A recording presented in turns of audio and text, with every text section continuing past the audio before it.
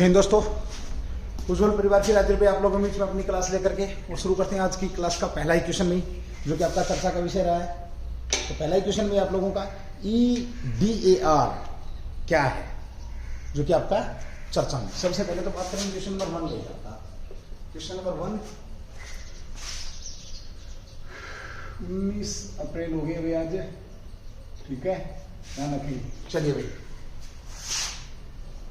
चर्चा में भी आपका DAR क्या है, चर्चा में है।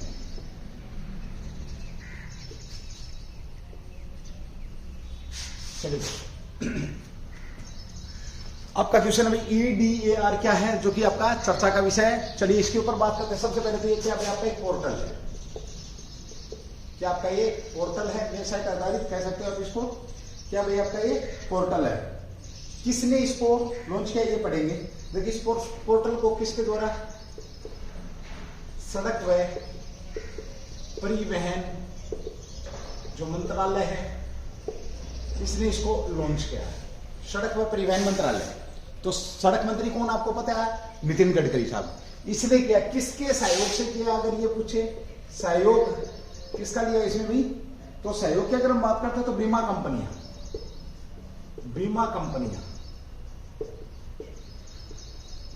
कंपनियों के सहयोग से। अब मैंने दो चीजें बताई आपको कि किसने लॉन्च किया, सड़क परिवहन मंत्रालय के द्वारा। साथ ही मैंने बात करी कि इसका सहयोग किसका लिया, बीमा कंपनियों का। आप समझ गए, सीधी सी बात है कि ये जो आपका पोर्टल है, EDAR पोर्टल है, वेबसाइट आधारित पोर्टल है, एक्सीडेंट से संबंधित है। यानी कि यदि कोई रोड पर एक्सीडेंट हो रहा है तो उसको तुरंत उस पर एक्शन लिया जाए और तुरंत उसका बीमा प्रोवाइड किया जाए, और तुरंत मतलब ये कि सब त्वरित जल्दी से जल्दी कार्रवाई करने के लिए आपका ये एक आपका पोर्टल है, आपका पोर्टल लॉन्च किया है सड़क व परिवहन मंत्रालय के द्वारा भी। इसमें होगा क्या करेगा ये, तो दुर्घटना, सड़क पर होने वाली दुर्घटनाओं और बीमा, जो बीमा है उसका और दुर्घटनाएं हैं, इन सारी चीजों को जल्द से जल्द करने में क्या करेगा, मदद करेगा। यानी कि कोई दुर्घटना हुई, उसका पता लगा, उसकी हेल्प की जाएगी। और अगर वो बंदा खत्म हो जाता है या वो उस बंदे की वो बंदा डेथ कर जाता है, तो क्या होगा, उसको बीमा, तुरंत बीमा कंपनी क्या देंगी, बीमा दिया जाएगा भाई, ठीक है। चलिए भाई, अगली बात करते हैं। सड़क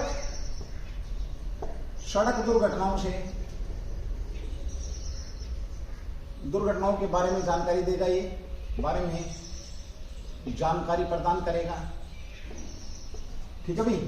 और क्या करेगा, आपका ये मुआवजे में तेजी लाएगा। और इस पोर्टल पर पहुंचने के लिए इस पोर्टल पर पहुंचने के लिए क्या भाई, पोर्टल पर पहुंचने के लिए, आसान पहुंच के लिए दुर्घटनाएं रिपोर्ट अपलोड की जाएंगी। ध्यान रखेंगे, इस पोर्टल पर पहुंचने के लिए क्या, दुर्घटनाएं जो रिपोर्ट हैं, रिपोर्ट अपलोड रहेंगी। अब इससे क्या होगा, जब दुर्घटना रिपोर्ट अपलोड रहेगी आपकी, तो जो बीमा कंपनी है उसे पता लग जाएगा और वो जल्द से जल्द उस व्यक्ति को बीमा क्या करेगी, प्रदान करेगी, ठीक है भाई, बीमा दिया जाएगा उस व्यक्ति को। ध्यान रखेंगे, जांच अधिकारियों को सुविधा मिलेगी क्या, नक्शे के साथ जो जांच अधिकारी उन्हें दुर्घटना स्थल और दुर्घटना के बारे में जानकारी भी आपका ये पोर्टल है प्रोवाइड करेगा। ध्यान रखेंगे, ठीक है। बड़ा शानदार क्वेश्चन आप लोगों का। चलिए अगली बात करते हैं। अगला क्वेश्चन आपका देखो, अभी बात करिए हमने किसकी, तो EDAR पोर्टल क्या है, सीधी सी बात। EDAR पोर्टल की अगर हम बात करते हैं तो ये सड़क पर होने वाली दुर्घटनाओं को एक ये कह सकते हैं सीधा डिजिटलाइजेशन, यानी कि अब जो सड़क पर दुर्घटना होगी, इस पोर्टल पर तुरंत उसके बारे में जानकारी दी जाएगी।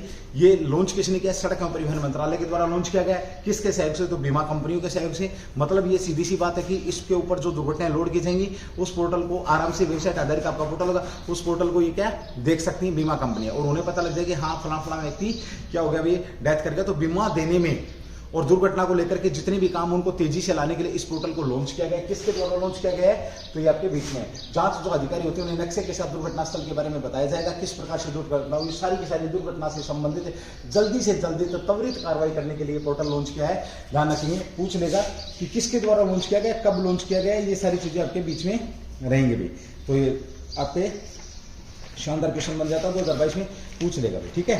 चलिए भी अगला भी आपका डीजल लोकोमोटिव चर्चा में है, ये क्या है? क्वेश्चन नंबर 2 भाई, question number 2 diesel locomotive, diesel locomotive चर्चा में है, लोकोमोटिव चर्चा में है। यह क्या है? यह क्या है? सीधी सी बात है, डीजल लोकोमोटिव चर्चा में है, तो ये क्या है ये आप लोगों को पता होना चाहिए भाई। आपका क्या है कि डीजल इंजन है, इसका इंजन है रेलवे का, रेलवे का इंजन है, ध्यान रखेंगे। अब चर्चा में क्यों? क्योंकि इसके अंदर बायोफ्यूल, बायो डीजल प्रयोग में लाया जाएगा, प्रयोग किया जाएगा। मतलब ये सीधी सी बात है, इसका संबंध किससे है? तो बायोडीजल का प्रयोग किया जाएगा, किसमें भी? रेलवे करेगी। इसको कौन करेगी? रेलवे। इससे लाभ क्या होगा भाई? तो प्रदूषण कम होगा, प्रदूषण कम होगा, और जो डीजल का बिल है रेलवे का, वो क्या होगा? जो डीजल का बिल है, डीजल का बिल कम होगा भाई, यानी कि जो डीजल है वो सस्ता रहेगा। ये बायो फ्यूल, यहाँ पर बायोडीजल यूज किया गया। लोकोमोटिव जो आपका रेलवे का इंजन है, उस इंजन में इसका यूज किया जाएगा, ठीक है, उस इंजन के अंदर। चलिए दूसरी बात करते हैं, लागत कम होगी, ये भी शानदार क्वेश्चन है। फिर इसी के साथ हम बात करते हैं इसमें क्या मतलब खर्चे में कम, रेलवे का खर्चा कम होगा, ये भी कह सकते हो। रेलवे का डीजल का जो खर्चा है वो कम होगा, ये भी आप समझ सकते हैं इसी के साथ। अगली बात करते हैं, देखिए भाई इसको बनाया किसने? मतलब ये भारतीय रेलवे बायोडीजल प्रयोग अपने डीजल के बेड़े में कर रही है, ये बिल्कुल सही बात है। किसने किया है? भारतीय रेलवे ने संसद को बताया था ये बात, अनुसंधान डिजाइन और मानक संगठन द्वारा डीजल इंजनों में B5 डीजल, कौन सा होगा भाई आपका? B5 डीजल का प्रयोग भी इन्होंने कर लिया है, डीजल का प्रयोग किया है, प्रयोग किया, और ये सफल रहा है। क्या रहा आपका प्रशिक्षण? क्या रहा? सफल रहा है B5 डीजल का, ठीक है, B5 डीजल का। और किसके द्वारा प्रयोग किया गया है? RDSO द्वारा। किसके द्वारा प्रयोग किया गया भैया? आपका RDSO द्वारा प्रयोग किया गया है। ध्यान रखेंगे, जो परीक्षण किया गया है डीजल का, लोकोमोटिव डीजल के अंदर है, वो RDSO ने किया है। तो इसकी फुल फॉर्म क्या बन जाएगी आपकी? रिसर्च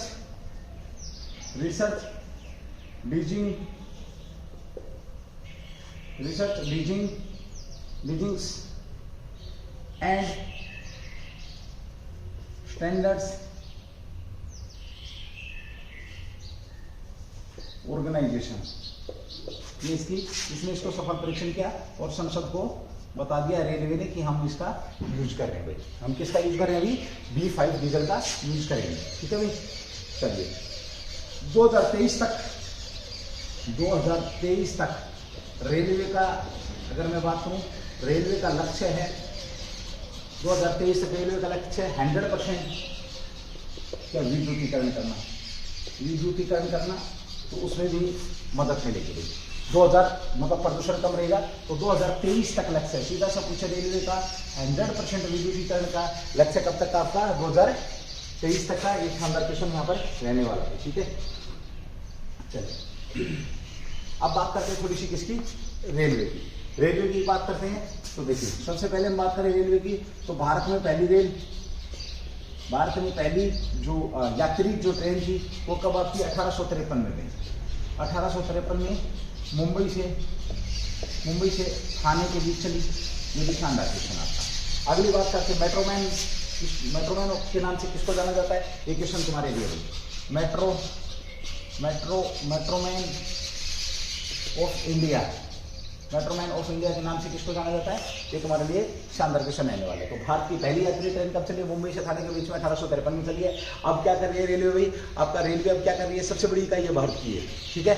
और अब क्या कर रही है? तो B5 का यूज कर रहे हैं। इसका परीक्षण किसने किया? RDSO, रिसर्च जो डिजाइनिंग आपका एंड स्टैंडर्ड्स ऑर्गेनाइजेशन है, उसने इसका सफल परीक्षण किया B5 का।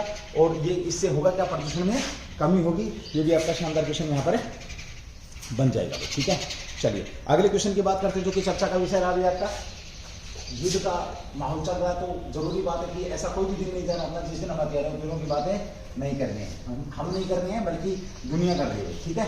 तो चलिए अभी पीछे कुछ दिन पहले बड़ा चर्चा का विषय रहा था भाई आपका, वो मैं करा नहीं पाएगा, एक laser beam iron beam, sorry iron beam, एक लेजर हथियार बनाया गया था आयरन बीम, वो किसके द्वारा बनाया गया था ये भी आपका चर्चा में रहा भी, उसके ऊपर भी यहाँ पर हमने बात करेंगे। चलिए भाई,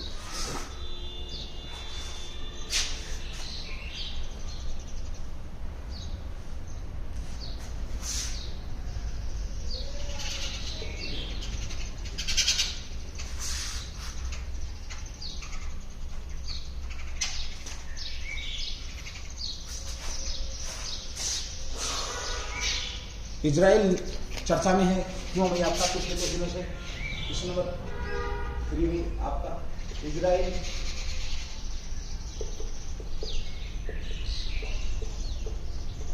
चर्चा में है, इजराइल चर्चा में रहता है, आपको पता है इजराइल हमेशा चर्चा में रहता है, कारण इसके पीछे ये वेपन्स बहुत ज्यादा बना रहा है। ठीक है भाई, अगर मैं बात करूं यूएस से, साथ में हम बात करते हैं रूस की, और फिर अगर हम वेपन का कह सकते हैं रक्षा से संबंधित अगर चीजें खरीद रही तो और कहां से खरीद रहे हैं, इजराइल से खरीद रहे हैं। इजराइल चर्चा में क्यों चर्चा में, अभी उसने अभी एक कह सकते एक हथियार बनाया है, हथियार कौन सा हथियार है जिसको लेकर के इजराइल चर्चा में, बेहद खतरनाक हथियार है, ऐसा हथियार है जो दिखेगा नहीं।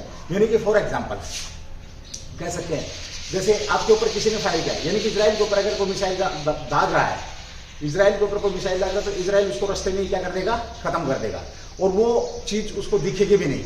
मतलब लेजर हथियार बनाया है, किसने बनाया है, तो इजराइल ने। भाई कौन सा कैसा हथियार बनाया है, लेजर बीम का हथियार बनाया है, कह सकते हो आप लेजर के द्वारा क्या होगा भाई, लेजर के द्वारा अब ये दुश्मनों को क्या करेगा, खत्म करेगा। चलिए बात करते हैं लेजर मिसाइल डिफेंस सिस्टम, क्या बनाया है इसने, लेजर मिसाइल डिफेंस सिस्टम इसने बनाया। और ये क्या है आपका, यानी कि जो missiles, laser missiles defence system, यानी कि अगर देखिए इस चीज को समझेंगे, इस क्वेश्चन को समझेंगे आप लोग। यदि इजराइल के ऊपर किसी ने हमला किया, इजराइल के ऊपर हमला होता रहता है, इसका विशेष दुश्मन हमास है। हमास पता है आप लोगों को, गाजा पट्टी के ऊपर इसका संघर्ष चलता ही रहता है। ठीक है, मुस्लिम कंट्रियों के साथ इसका संघर्ष चलता ही रहता है। तो हालांकि इसके पास पहले भी एक जो आपका कह सकते हो आप एयर डिफेंस सिस्टम बहुत सबसे ज्यादा मजबूत था इसके पास, लेकिन इसने अब लेजर एयर डिफेंस सिस्टम भी बना लिया है। यानी कि उस मिसाइल को ये भी नहीं पता होगा तू कब डिस्ट्रॉय हो जाएगी, वो उसके वहां तक पहुंचने से पहले क्या हो जाएगी, आपकी डिस्ट्रॉय हो जाएगी। ठीक है, चलिए बड़ा शानदार क्वेश्चन आपका यहाँ पर ये रहने वाला है। तो अभी इजराइल ने पूछा, इजराइल के आयरन डोम सिस्टम, पहले क्या था इसका, आयरन बीम, अब इसको क्या नाम क्या दिया है, आयरन बीम इसको नाम दिया है इस डिफेंस सिस्टम को। आपका क्या है, एक प्रकार का डिफेंस सिस्टम है। चलिए अगली बात करते हैं, इससे पहले इसके पास कौन सा डिफेंस सिस्टम था, तो इसके पास आयरन डोम जबरदस्त डिफेंस सिस्टम है भैया आपका, एक डिफेंस सिस्टम है। और अब इसने लेजर का भी बना दिया है, मिसाइल को हवा में ही डिस्ट्रॉय करता। काम क्या करेगा ये, काम क्या अगर हम बात करते हैं तो मिसाइल को हवा में डिस्ट्रॉय करेगा, डिस्ट्रॉय या समाप्त करेगा, समझ सकते हैं आप। यानी कि इजराइल ने लेजर मिसाइल डिफेंस सिस्टम इजाद किया, जो कि दुनिया का पहला ऐसा सिस्टम है भाई, पहला ऐसा सिस्टम है, ध्यान रखेंगे, पहला ऐसा सिस्टम है और खुशी से झूम रहा है। आयरन बीम इसको नाम दिया गया। इससे पहले आयरन डोम इनके पास था, डिफेंस सिस्टम था, ये भी मिसाइल को रास्ते के अंदर ही क्या समाप्त करने की क्षमता रखता है। ठीक है, ये भी क्वेश्चन था आपका। चलिए बात करते हैं अगले क्वेश्चन की। अभी हाल ही में जो चर्चा में रहा है आपका क्वेश्चन नंबर 4 भाई आपका चर्चा में रहा है, महाराष्ट्र सीधी कहेंगे प्रवासन ट्रैकिंग प्रणाली चर्चा में। कौन सी आपकी, प्रवासन ट्रैकिंग प्रणाली चर्चा में है। ठीक है, प्रवासन ट्रैकिंग यानी कि एक जगह से दूसरी जगह पर जाकर के लोग काम करते हैं, उसको क्या बोलते हैं, प्रवासन। प्रवासी लोग आगे काम करने के लिए ना, प्रवासन माइग्रेशन कह सकते हो इसको। माइग्रेशन से संबंधित आपकी क्या है, टेक्नोलॉजी। सबसे पहले तो ये चर्चा में है, इसको सबसे पहले तो लागू किसने करी है, लागू की अगर मैं बात करूं या लॉन्च किसने करी है, तो महाराष्ट्र ने। किसने करी भैया, आपका महाराष्ट्र सरकार द्वारा इसको क्या किया गया, लागू किया गया है। ध्यान रखेंगे, किसने लागू किया इसको, महाराष्ट्र सरकार द्वारा लागू किया। माइग्रेशन ट्रैकिंग सिस्टम, इसे क्या बोलेंगे हम, MTS।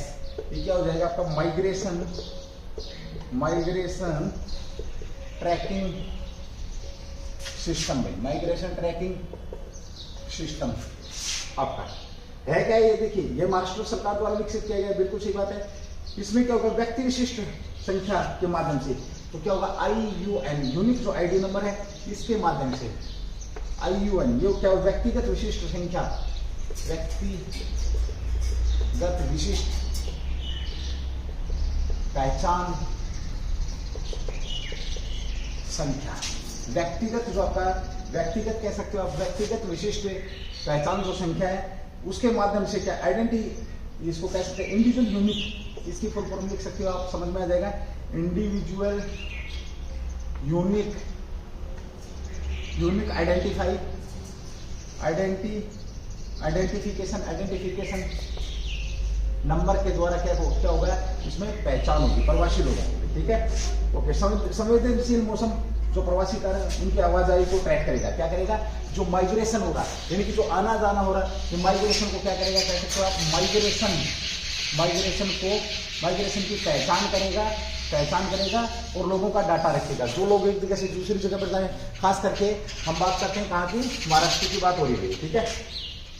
इसका डाटा विकसित किया गया है, तो कामगार जो काम करने वाले, इसका माइग्रेशन का जो डाटा कहाँ पर विकसित किया गया है आपका, ये वेबसाइट आधारित है, वेबसाइट आधारित है। वेबसाइट पर इसका क्या डाटा अपलोड मिलेगा, यानी कि जो माइग्रेशन हो रहा, जो लोग आ रहे जा रहे हैं, काम करने वाले लोग आ रहे जा रहे हैं, उन सब लोगों का यहाँ पर डाटा रहेगा इस वेबसाइट पर, कि कौन आया, कौन गया, कौन कहाँ गया। ट्रैकिंग सिस्टम, माइग्रेशन, MTS की मैंने जैसी बात करी ना आपको, माइग्रेशन ट्रैकिंग सिस्टम एक किस्म से, और ये महाराष्ट्र ने इसको लॉन्च किया है, महाराष्ट्र सरकार ने पहले इसको लॉन्च किया था। तो MTS, सीधा पूछे MTS की जो प्रणाली है पहले कहाँ पर, तो नवंबर 2021 में गई।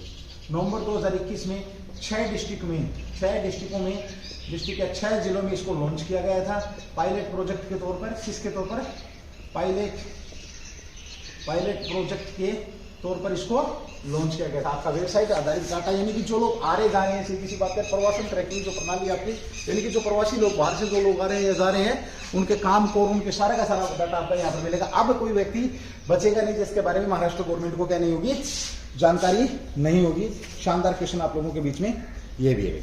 चलिए अगले क्वेश्चन की बात करते हैं, बहुत बेहतरीन क्वेश्चन में भी आपका, ये अभी हाल ही में चर्चा में भी आपका, भारत में गरीबी, भारत में कुछ कम गरीबी हुई है। मैंने कल परसों एक इंटरनेशनल लेवल का क्वेश्चन कराया था, उसमें बात करी थी हमने गरीबी की भी, ठीक है। तो अब हम खाली भारत की गरीबी की बात कर रहे हैं, वो दुनिया में था कि आपके कितने लोग दुनिया के अंदर गरीबी 2023-24 में अगले 2-3 साल के अंदर गरीब हो जाएंगे। क्यों, युद्ध हो रहा है तो लोग गरीब होंगे भाई, सबके ऊपर इसके लंबे प्रभाव रहेंगे। युद्ध के आपके बीच में जो कि 50 मार चुका है आपका युद्ध, 50 दिन से ज़्यादा हो चुका है, बहुत ज़्यादा खर्चा हो रहा है दोनों देशों का, बहुत बर्बादी हो रही है, तो उसका पूरी दुनिया को भुगतना पड़ेगा भाई। अगर वो बोलते ना, अगर किसी पड़ोस में आग लगी है तो भाई तपत जरूर दूसरे पड़ोसी तक पहुंचनी है, चाहे उसके घर में आग ना पहुंचे, लेकिन नुकसान जरूर होता है, ठीक है भाई। चलिए अगले क्वेश्चन की बात करते हैं। क्वेश्चन नंबर बोलिएगा भाई, चल मेरे ख्याल में 5 है। अत्यधिक गरीबी, भारत की गरीबी, भारत की गरीबी चर्चा में है,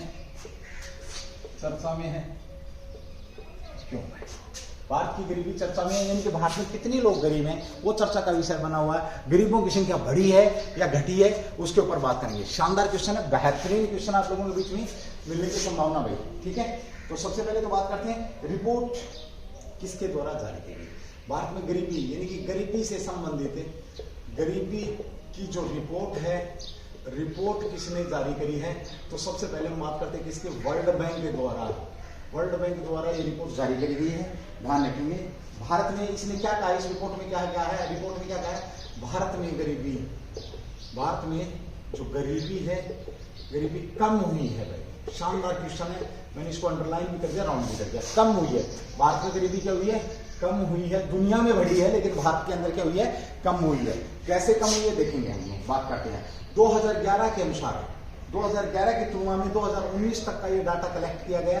2019 में जो गरीब रहे हैं उनकी संख्या क्या है, गरीब कम है, तो 2011 में कितने थे आपके, देखिए 2011 की अगर मैं बात करूं आपका 22.5% थी, और 2019 में यही गरीबी आपकी कितनी रही है, 10.2%। काफी गिरावट यहाँ पर दर्ज की गई है। अच्छा, यहाँ पे एक चीज और भी, शहरों की बजाय, नोट डाल के लिखेंगे आप लोग, नोट डाल के लिखेंगे, शहरों की बजाय हमारे जो गांव हैं, बजाय गांव में गरीबी कम हुई है, गांव में गरीबी कम हुई है। ग्रामीण जो क्षेत्र है, ग्रामीण क्षेत्र में गरीबी कम हुई है। वेल डन गांव, है ना। देश हमारा चलता कहां से चलता है, गांव से चलता है। गांव के में अन्नदाता बैठा आपका जो किसान है, और यहां पर किसान की स्थिति क्या हुई है, सुधरी है। गरीबी की हालत क्या हुई है, कम हुई है भाई, ठीक है, ध्यान रखिए। 2011 में ग्रामीण की अगर मैं बात करूं, 2011 में जो ग्रामीण क्षेत्र था, ग्रामीण जो क्षेत्र की जो गरीबी थी वो कितनी थी भाई, ये थी आपकी 14.7% थी। और 2019 में आपका जो ग्रामीण क्षेत्र है, ग्रामीण क्षेत्र की जो गरीबी रही है वो कितनी, 7.9% तक रही है। इतनी गिरावट दर्ज हुई है भाई, बहुत ज्यादा प्रोग्रेस करी गाँव ने, शहर की हम यहाँ पर बातें नहीं कर रहे हैं। तो डाटा किसने दिया आपका, ये वर्ल्ड बैंक ने दिया। चलो थोड़ी सी बात वर्ल्ड बैंक की भी होनी चाहिए, विश्व बैंक की। वर्ल्ड बैंक की एक तो सबसे पहले ये ऋण देने वाली इकाई है, देने वाली इकाई है, यानी कि देशों को, किसको भाई, जो देश हैं, खास करके विकासशील जो देश हैं, विकासशील और गरीब जो देश हैं, गरीब देशों को क्या देती है, कर्जा देती है बहुत कम ब्याज पर। तो वर्ल्ड बैंक क्या करता है, ऋण देने वाली इकाई है, सबसे बड़ी इकाई है। विकासशील जो देश हैं और गरीब जो देश हैं उन्हें ये कर्जा देती है, ध्यान रखेंगे। जिसका उद्देश्य क्या होगा, विकसित करना, गरीबी का उन्मूलन का प्रयास करना। इसका जो उद्देश्य है, उद्देश्य की बात करें तो गरीबी को क्या करना, गरीबी को समाप्त करना इसका उद्देश्य है, ठीक है। ओके, कुल सदस्य इसके वर्ल्ड बैंक के 189 है। ये शानदार क्वेश्चन है, मोस्ट इंपोर्टेंट क्वेश्चन ये है। सबको पता है इसकी स्थापना कब हुई है, इसका अध्यक्ष क्या है, सब चीजें आप लोग जानते हैं, लेकिन इसका वाक्य, आदर्श वाक्य क्या है, ये बड़ा शानदार क्वेश्चन यहाँ पर रहेगा भाई। आदर्श वाक्य की अगर हम बात करें, निर्धनता मुक्त विश्व के लिए कार्य करना, निर्धनता मुक्त विश्व के लिए काम करना या कार्य करना, ये क्या है, इसका आदर्श वाक्य है। मोस्ट इंपोर्टेंट क्वेश्चन आप लोगों से पूछ लेगा कि वर्ल्ड बैंक का आदर्श वाक्य क्या है, तो ये वाक्य आपके बीच में है भाई। बहुत ही शानदार बेहतरीन क्वेश्चन था, ध्यान रखेंगे भाई, ठीक है। चलिए अगले क्वेश्चन की बात करते हैं, जो चर्चा में है आपका क्वेश्चन नंबर 6 हुई। आज का क्वेश्चन नंबर 6 चर्चा में आपका, विश्व हीमोफीलिया दिवस कब मनाया गया, विश्व हीमोफीलिया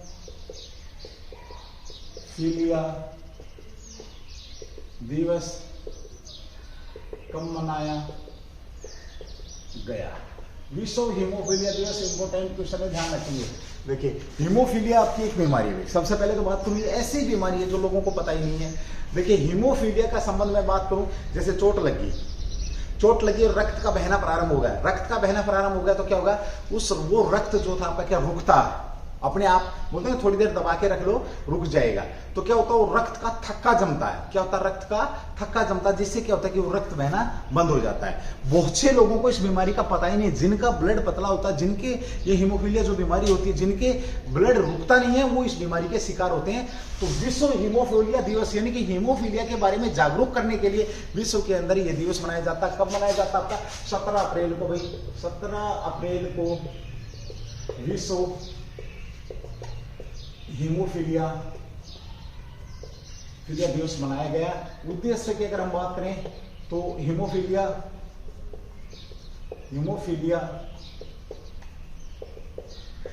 से लोगों को जागरूक करना भी, उद्देश्य से भी कह सकते हो। इसमें होता क्या, रक्त ज्यादा बहता है। दूसरा, इसको लोगों को जागरूक करने के लिए कहते हैं, जितनी भी जो सार्वजनिक बिल्डिंग है, सार्वजनिक जो भवन है या बिल्डिंग है, इनको इस दिन लाल रंग से रंगा जाता है या पुताई करी जाती है, ध्यान रखेंगे, ठीक है। तो इसमें होता क्या है, रक्त का थक्का जमना, ये आप लोगों को मालूम होना चाहिए। चलिए, बड़ा शानदार क्वेश्चन रहा आपका। चलिए इसके ऊपर बात करते हैं।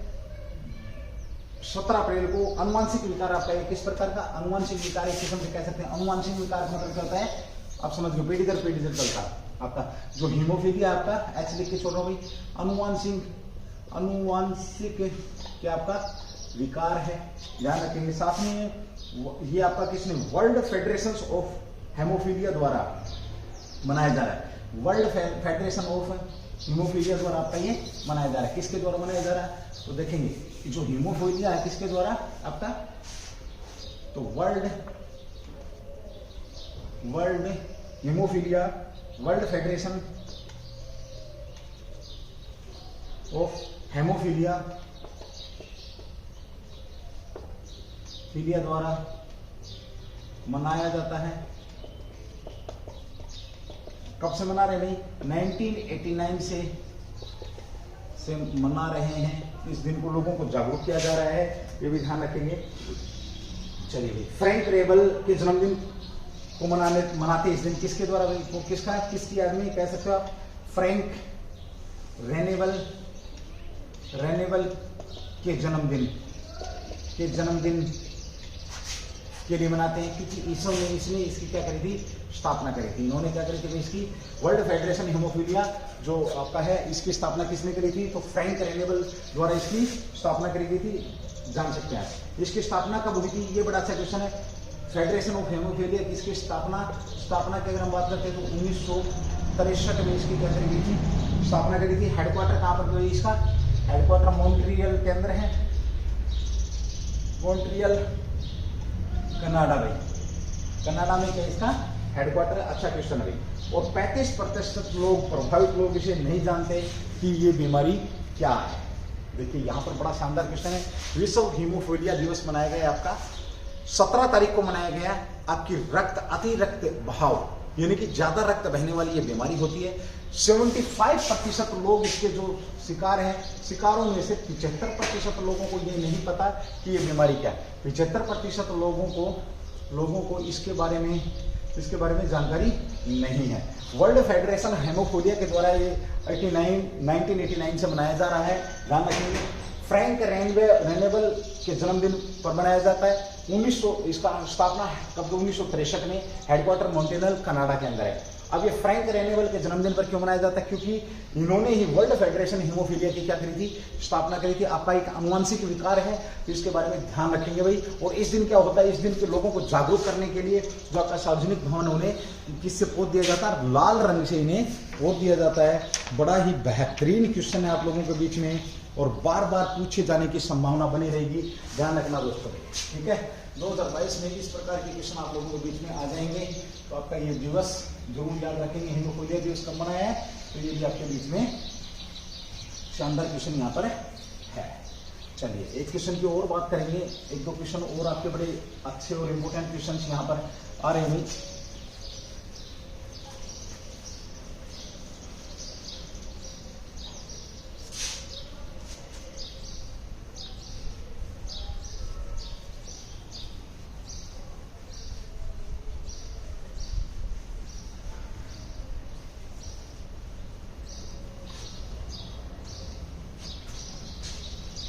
चलिए, अभी हाल ही में आपका एक्स, रेडियो एक्स चर्चा में है, ये क्या है गया था। क्वेश्चन नंबर 7 में आपका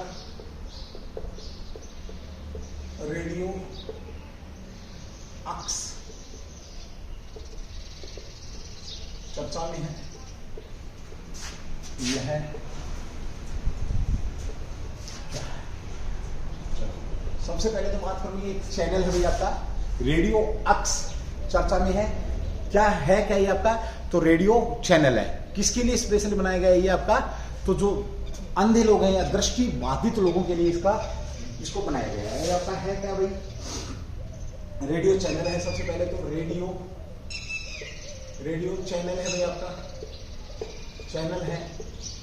दूसरी बात, किसके लिए बनाया गया है, स्पेशल कह सकते हो आपको, विशेष तौर पर ये किसके लिए बनाया गया है, तो दृष्टि जो बाधित लोग हैं, बाधित लोगों के लिए बनाया गया है। दृष्टि बाधित लोगों के लिए भाई, लोगों के लिए बनाया गया है। ठीक है, यानी कि अभी आंदे सुनेंगे। और इसका कहाँ पर हुआ भाई, इसका लॉन्च कहाँ पर हुआ है? लॉन्च की बात करें तो महाराष्ट्र में कहाँ पर आपका ये नागपुर में ये लॉन्च हुआ है। यानी कि जो अब दृष्टिबाधित लोग हैं वो दृष्टिबाधित लोग अब इसको सुनेंगे, उनके लिए विशेष यहाँ पर क्या जानकारियां दी जाएंगी। ठीक है, साथ ही बात कर लेते हैं, चलो देश का पहला, ये अपनी तरह का देश का पहला रेडियो चैनल है जो इस तरह का पहला रेडियो चैनल है। ठीक है, चलिए रेडियो का आविष्कार किसने किया था? अगर इस बात की बात करूं मैं थोड़ी सी, रेडियो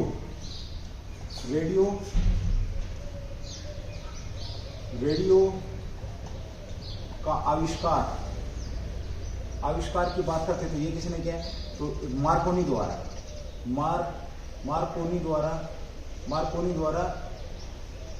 किया गया। मार्कोनी कहाँ के? तो राहुल गांधी के मामा के, कहाँ के?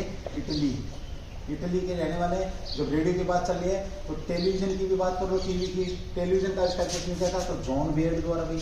इसके द्वारा जॉन बियर्ड साहब कहाँ के थे? ये इंग्लैंड के। क्वेश्चन यहाँ पर है, देश की कितनी प्रतिशत जनता को कवर करता है? तो 99% जनता को, देश की 99% जनता को क्या करता है? रेडियो कवर करता है। ध्यान रखेंगे, ठीक है। रेडियो का भारत के अंदर विशेष तौर पे महत्व है। चलिए दूसरी बात करते हैं, रेडियो दिवस कब मनाया जाता है? ध्यान रखेंगे। तो रेडियो दिवस आपका 13 फरवरी को भाई, 13 फरवरी को रेडियो दिवस मनाया जाता है। और 13 फरवरी को एक और दिवस मनाया जाता है आपका महिला दिवस भाई, राष्ट्रीय महिला दिवस भाई, है ना, महिला दिवस। इस दिन कौन पैदा हुई थी? आपकी सरोजनी नायडू पैदा हुई थी, और जिन्होंने देश के लिए बहुत काम किया था। तो ये आपका था क्या? एक्स, जो चर्चा में आपका बड़ा शानदार क्वेश्चन यहाँ पर बन जाएगा। ठीक है, चलिए अभी हाल ही में आपका चर्चा में रहा अभी आपका क्वेश्चन नंबर 8 अभी आपका अभी क्वेश्चन हो गया। अभी आपका क्वेश्चन नंबर 8 आपका चर्चा में है। क्या चर्चा में है? B.R. Ambedkar, day of equality. Question आपका तो doctor B.R. Ambedkar, doctor B.R. Ambedkar, day of equality,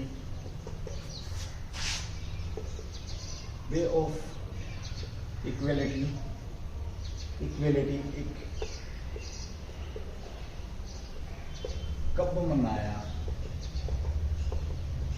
जाता है? आज की क्लास का सबसे मोस्ट इंपोर्टेंट क्वेश्चन है। मैंने पूछा यहां पर doctor B.R. Ambedkar day of equality कब मनाया जाता है। इसी क्वेश्चन को अगर ये पूछ ले कि कौन सा देश मनाता है इसको डे ऑफ इक्वलिटी के तौर पर, इस देश कौन सा देश ये मनाता है, तो बहुत ही बेहतरीन और शानदार क्वेश्चन आपका यहां पर बन जाएगा। ठीक है, तो डे ऑफ इक्वलिटी की अगर मैं बात करूं तो सबसे पहले तो डे ऑफ इक्वलिटी को लें। इससे पहले मैं बता, चलो इसका आंसर ले लो। डे ऑफ इक्वलिटी आपका 14 अप्रैल को मनाया जाता है। ठीक है भाई, 14 अप्रैल को हम कौन सा दिवस मनाते हैं? Doctor Bhimrao B.R. अम्बेडकर की जयंती मनाते हैं। कौन सी जयंती मनाते हैं? डॉक्टर भीमराव अम्बेडकर की जयंती मनाते हैं। ध्यान रखेंगे, doctor B.R. Ambedkar day of equality कब मनाया जाता है? बहुत ही बेहतरीन क्वेश्चन है। 14 अप्रैल को मनाया जाता है आपका डे ऑफ इक्वलिटी। लेकिन यहां क्वेश्चन ये बन रहा है आपका कि डे ऑफ इक्वलिटी, ठीक है, 14 अप्रैल को मनाया जाता है। 14 अप्रैल को हम क्या मनाते हैं? 14 अप्रैल को हम मनाते हैं डॉक्टर भीमराव अम्बेडकर जयंती। 14 अप्रैल को हम क्या मनाते हैं? डॉक्टर भीमराव अम्बेडकर जयंती मनाते हैं। अब क्वेश्चन यहां पे ये आता है कि डे ऑफ इक्वलिटी कौन मनाता है? कौन सा देश मनाता है आपका? तो कनाडा। कनाडा क्या मनाता है? यानी कि 14 अप्रैल का जो दिन है, 14 अप्रैल को कनाडा डॉक्टर भीमराव अम्बेडकर के दिन पर, जन्मदिन पर क्या मनाता है? आपका डे ऑफ इक्वलिटी कनाडा द्वारा मनाई जाती है। शानदार क्वेश्चन आपका यहां पर रहने वाला है। ठीक है, चलो 2020 को, और कब से रहा ये शानदार क्वेश्चन? तो कनाडा डे ऑफ इक्वलिटी आपका 2020 से मना रहा है। ध्यान रखेंगे, मना रहा है। हमने क्या मनाई थी? भीमराव अम्बेडकर की जयंती मनाई थी। और क्या? समानता दिवस भी मनाया था।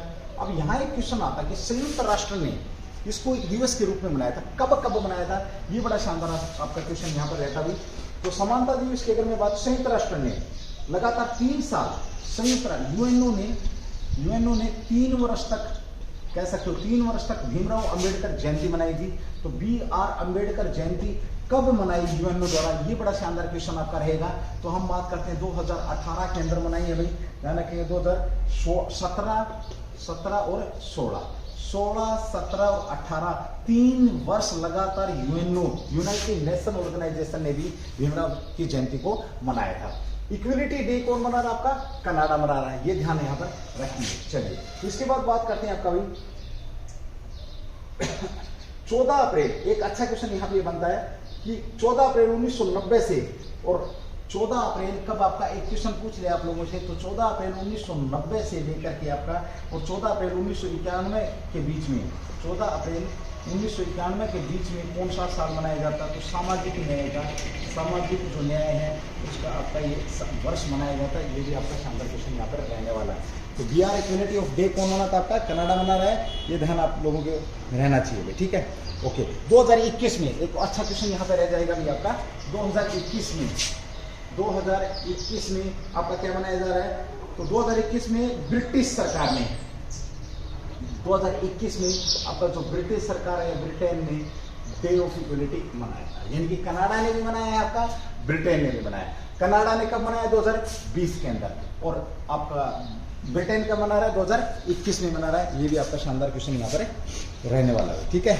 और अभी इनको लेकर के एक पुस्तक और आई है, अभी इनको भीमराव अंबेडकर की जयंती का था, तो ऊपर मैं थोड़ा सा रख सकता हूँ इसको। भीमराव अंबेडकर की जयंती पर एक पुस्तक लॉन्च हुई है, जिसमें क्या डॉक्टर भीमराव अंबेडकर के बचपन के बारे में जानकारी दी गई है। तो ये क्वेश्चन आपका बड़ा शानदार भी बनता भी आप यहाँ पर है। तो डॉक्टर भीमराव अंबेडकर, BR अम्बेडकर के बचपन के बारे में, के बारे में किस पुस्तक में लिखा गया है, जो आपकी कब लॉन्च हुई, आपकी 14 अप्रैल को लॉन्च करी गई है। ध्यान रखेंगे किस प्रकार उन्होंने समाज की विषमताओं को सहते हुए ये काम किया है। तो पुस्तक आपकी राकेश तलवार, किसके द्वारा भी, राकेश जो तलवार साहब हैं, इन्होंने पुस्तक को लॉन्च किया है। उन्होंने पुस्तक को लिखा है the boy who wrote the constitution, नाम क्या इसका, the boy who wrote the constitution, the boy how wrote the constitution नामक पुस्तक यहाँ पर लॉन्च करी गई है। इसका सीधा सा संबंध है किससे है, तो पूछ ले आप लोगों से, भीमराव अंबेडकर। चलिए एक बार रिवाइज करते हैं इस क्वेश्चन को। हमने बात करी कि BR Ambedkar day of equality कब मनाया जाता है, तो 14 अप्रैल को मनाया जाता है। डॉक्टर भीमराव अंबेडकर की जयंती कौन मनाता है, भारत मनाता है, 14 अप्रैल को मनाता है। कनाडा के द्वारा ये आपका इक्वलिटी डे 2020 में मनाया गया है। यूएनओ ने 3 वर्ष तक आपका 18, 17 और 16 के अंदर क्या मनाया गया है, आपका भीमराव की जयंती मनाई गई थी। और 14 अप्रैल को एक पुस्तक, आपकी पुस्तक कहाँ पर, 14 अप्रैल को तो द बॉय हु रोट है कॉन्स्टिट्यूशन, और डॉक्टर भीमराव अंबेडकर बचपन के बारे में लिखा गया। 14 अप्रैल को ये लॉन्च हुई है। साथ ही हम यहाँ पर बात करते हैं जनक, संविधान के जनक के नाम से किसको जानते हैं, तो ये भी आपका BR अम्बेडकर साहब है। डॉक्टर BR अम्बेडकर संविधान के जनक या पिता कहा जाता है नहीं। साथ ही एक क्वेश्चन और बड़ा शानदार है, संविधान दिवस या विधि दिवस कब मनाया जाता है, विधि दिवस कब मनाया जाता है आपका, सॉरी विधि दिवस आपका मनाया जाता है 26 नवंबर को। 26 नवंबर को विधि दिवस मनाया जाता है, ध्यान रखेंगे, क्योंकि 26 नवंबर 1949 को आपका संविधान बनकर के तैयार हो गया था और लागू हो गए थे। और इस दिन 284 लोगों ने इस पर बिल पर हस्ताक्षर कर दिए थे।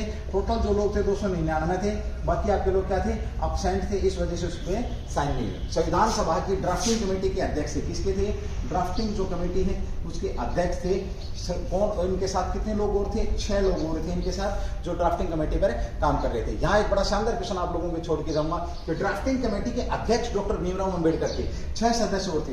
इनके चीफ ड्राफ्टमैन, भारत के कॉन्स्टिट्यूशन का चीफ ड्राफ्टमैन किसे नियुक्त किया गया था, ये क्वेश्चन है तुम्हारे लिए। और अभी जो बुक आई है राकेश तलवार साहब ने लिखी है इनके ऊपर, ये आप लोगों को पता। हाँ 26 नवंबर को एक दिन और आपका जो आपका दूध दिवस के रूप में भी इसको मनाया जाता है। जब दूध की बात कर रहा हूं तो यहाँ पर एक क्वेश्चन और बनता आपका, श्वेत क्रांति आई थी भारत के अंदर, तो श्वेत क्रांति के जनक कौन थे, सीधी सी बात करें भाई, श्वेत क्रांति के जनक कौन थे। 2 क्वेश्चन मैंने आप लोगों को छोड़े हैं कि तो चीफ ड्राफ्टमैन कौन थे, दूसरा ये श्वेत क्रांति के जनक कौन थे। चलिए भाई आज का जो सेशन था उज्जवल परिवार की तरफ से आप लोगों के बीच में। ये यहीं तक रहेगा, इसी प्रकार से बेहतरीन कंटेंट आप लोगों के बीच में लेकर के आते रहेंगे। आप बस क्लास को शेयर करें और ज़्यादा से ज़्यादा क्लास को शेयर करें, ताकि हो सकता है आपका शेयर किसी का भला कर जाए। थैंक यू, जय हिंद, जय भारत, डू दी बेस्ट।